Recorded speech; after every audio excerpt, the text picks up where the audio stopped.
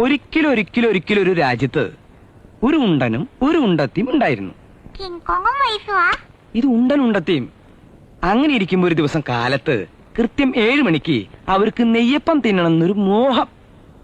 വിറക് വെട്ടാൻ കാട്ടിൽ പോയി അവിടെ ഒരു പുലിയെ കണ്ടു. ഈ കഥ എങ്ങനെയാ മോൾക്കറിയാ? ഇതല്ലേ ഇന്നലെയും പറഞ്ഞത്. എന്നാലേ അപ്പൂപ്പൻ വേറൊരു കഥ പറയാം.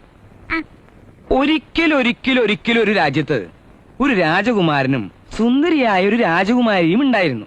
അവർക്കൊരു ദിവസം ഉച്ചതിരിഞ്ഞ് ഒരു 4 മണിക്ക് നെയ്യപ്പം പഴംപൊരി തിന്നണമെന്നൊരു മോഹം. അവര് രണ്ടുപേരും കൂടി കാട്ടിൽ പോയി.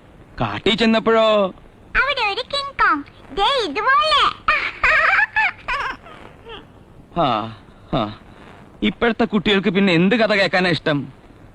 ഒരിടത്തൊരാള് ഒരു ആറ്റം ബോംബ് ഉണ്ടാക്കി. എന്നിട്ട് അത് അയാളുടെ കയ്യിൽ നിന്ന് അറിയാതെ വീണ് പൊട്ടി. എന്നിട്ട് അയാൾ ചത്തു. അങ്ങോട്ട് ചാവട്ടെ. ഒരിക്കലും